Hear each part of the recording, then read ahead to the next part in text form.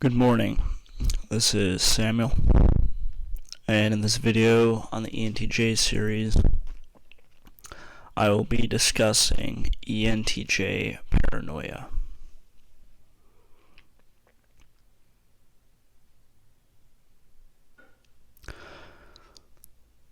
On the topic of paranoia as it pertains to ENTJs, my best assessment for the cause is that it's a product of inferior FI. So we ourselves don't know we're feeling. Demon FE, I have next to no clue as to what other people's emotional state is, what they're feeling. And we are, I believe, aware that we're not able to perceive that kind of thing. And it's a blind spot, and it's a blind spot that we know about. Combining this along with our TE, our extroverted thinking, we're constantly thinking about the outside world and running different scenarios in our head. Now, put all this together and to make it make sense, you have to remember that for pretty much every individual out there,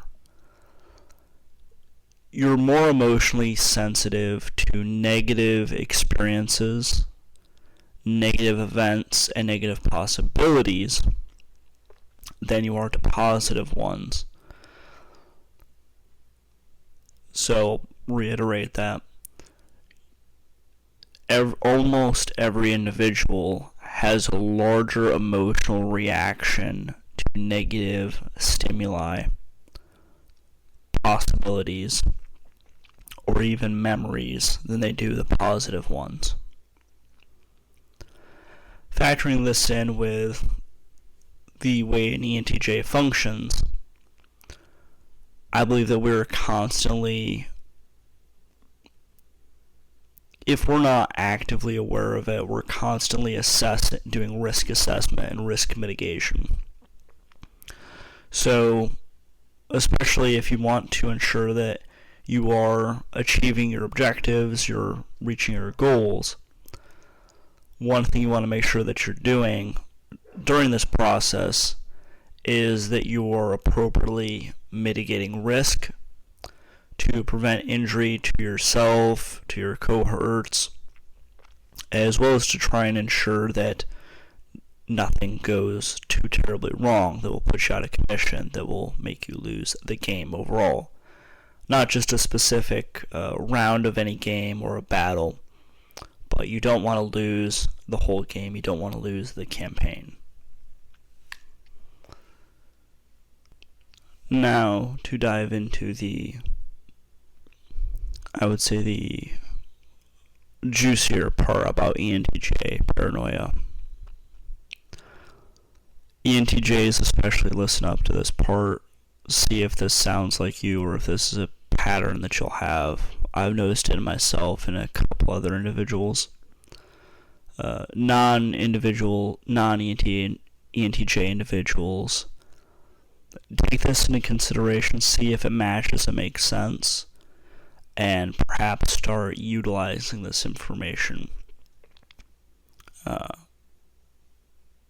to benefit your relationship with your ENTJ that you might be thinking about. I'm going to tie everything that I've talked about so far into the idea of the fight or flight response. Now, what I believe happens is that for our cognitive function, we often have our running mode. It's a little bit like survival, like being in a survival mode, in a survival state of mind. You're an organism that's in the landscape, navigating it, looking for angles, trying to better your position in life. Now, what I think will happen sometimes is that there will be some stimuli or some event that will trigger you to have a fight or flight response. And I'm not saying that exactly this is some individual jumping out at you with a knife or anything too dramatic like that. It'll probably be smaller things. My assessment of myself is it's usually a compounding effect of a bunch of small data points. Mix this in with the blind spot of not knowing how other people feel. That lack of information in situations that start to pop up will cause your paranoia to run wild. Effectively, you will most likely find your extroverted thinking, your TE, running different scenarios, different possibilities of things that could be happening that you don't have enough information on, or events that could happen.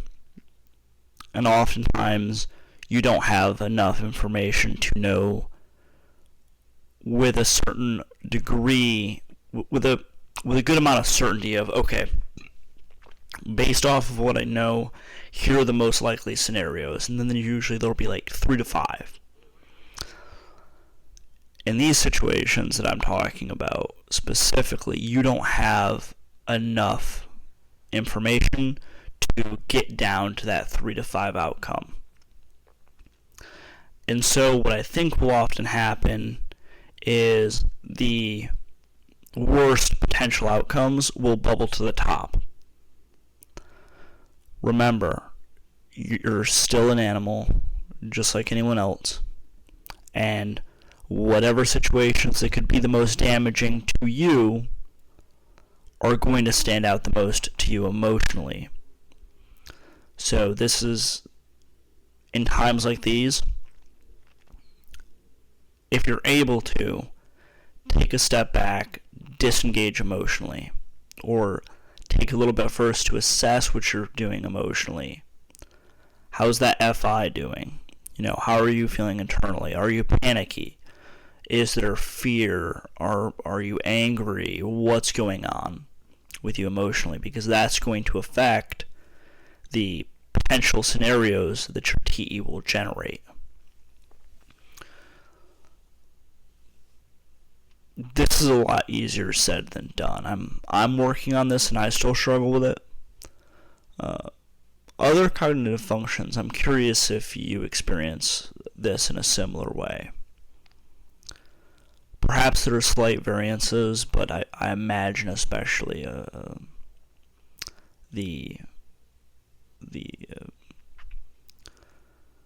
thinking individuals out there. Anyone with a thinking function being primary is going to experience this. So, recapping what's kind of happening with you, ENTJ. So, you're in the landscape and you're doing stuff. You start having a repeated set of data points or of situations that are not looking so good. And they're setting off alarm bells in your head, probably emotional ones to start. You'll have some kind of emotional response to it. Maybe you know that that's going on, maybe you're not too aware, and you just feel wigged out for no discernible reason.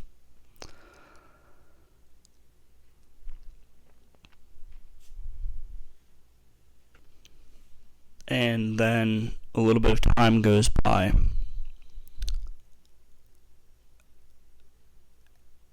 And then periodically you are going to start having different scenarios of events that could be taking place or different possibilities that could happen will start to pop up.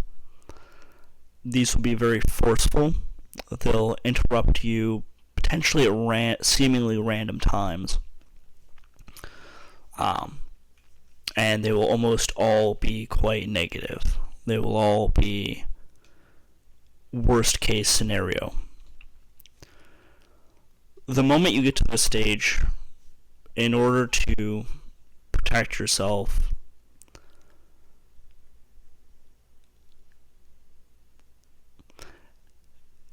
it's at times like these where you need to really stop what you're doing, stop moving, take a breath, look around your surroundings, start trying to gather data. Don't react at this point. Don't take any kind of action immediately unless you absolutely have to. At this point, you should really just be trying to gather data, ask people questions, try and understand the situation better, keep those emotions out under check. Keep in mind at this point that you might just be freaking out over nothing. You also might not be. There is a very real possibility that you are onto something, that something could be happening. If you know yourself well enough to be able to know, okay, usually whenever this happens, like 80% of the time, it's nothing. I'm just overreacting, or I'm just missing information and it's making me freak out. Or knowing yourself well enough to be like, no, about half, 50-50. I might be freaking out, or I might be onto something. Regardless, try it with caution. Hope for the best. Still be aware that the worst might be a real possibility, but also be aware that if you don't have enough data, you very well could be wrong, and you could make the situation that you are scared of happening. That's right. I'm calling you out on it. Chances are you're thinking about future possibilities or something that could be happening that you're not really aware of, like concretely. You could make this a self-fulfilling prophecy if you're not careful. So, move carefully.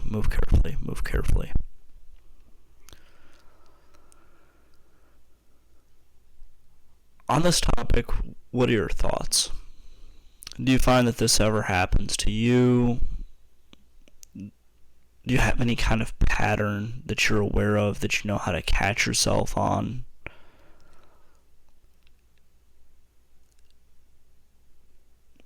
If you're not an ENTJ, does this ever happen for you, or something similar to it?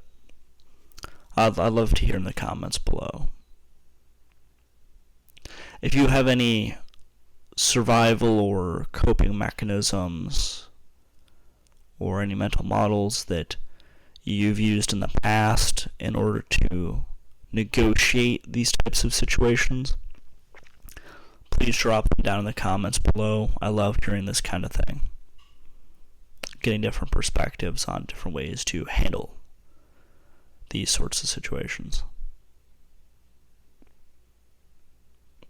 And last but not least, if you'd like to support the channel, please like, comment your thoughts, subscribe. Additionally, if you could find a use for it, there will be that link to Arrow Resupply Coffee down below, as well as the link to WeBull investing platform. And this link, upon depositing your first $100, will also win both you as well as myself some free stock. So if that's something you're interested in, please give those a try.